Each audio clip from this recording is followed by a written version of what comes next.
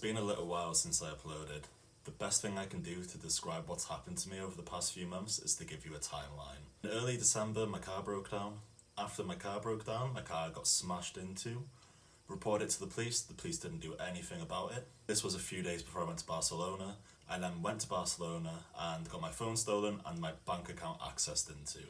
Bear in mind, I'm on a solo holiday, so I don't have any friends around me, so I had to rely on other people's phones. I reported a fraud claim, not knowing how much money I had in my bank account, which they then said they don't believe me, so I've been in an ongoing case with that. Then get back to the UK, I'd kind of want a bit of a distraction. I go home for a bit. I'm driving home from work one night, this dude drunkenly jumps in front of my car and damages my car. After all of this happens, I go, I'm going to develop a new hobby, I'm going to start doing things with social media. This is where I started doing my cold water swims and when I'm on the mountain.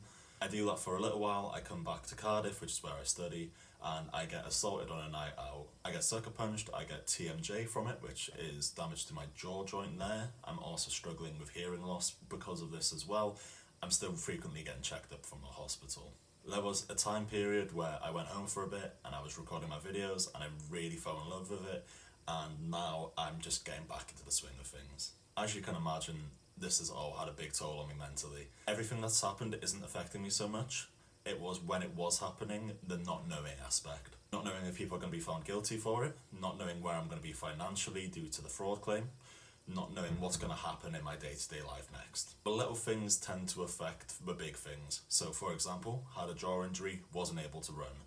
Wasn't comfortable putting that on social media because I didn't know where the police case was going. It all rolls up into a big ball. Eventually until it gets too much, which is where you have to go out and you have to distract yourself. People that I have told about all of these have been really supportive, and thank you to everyone that has been supportive of me. And thank you to everyone who has supported me in this situation I am currently in.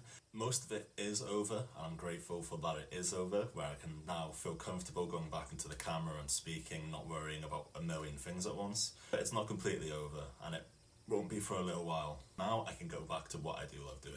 Two main things I want to put out there. I've disappeared off social media for a while.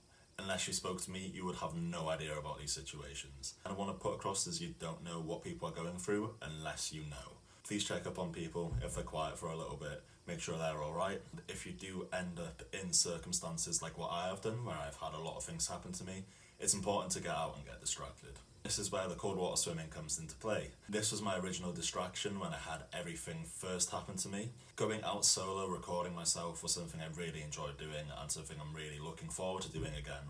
I have really found a love for going out in the wild, just going for a swim, whether that's with people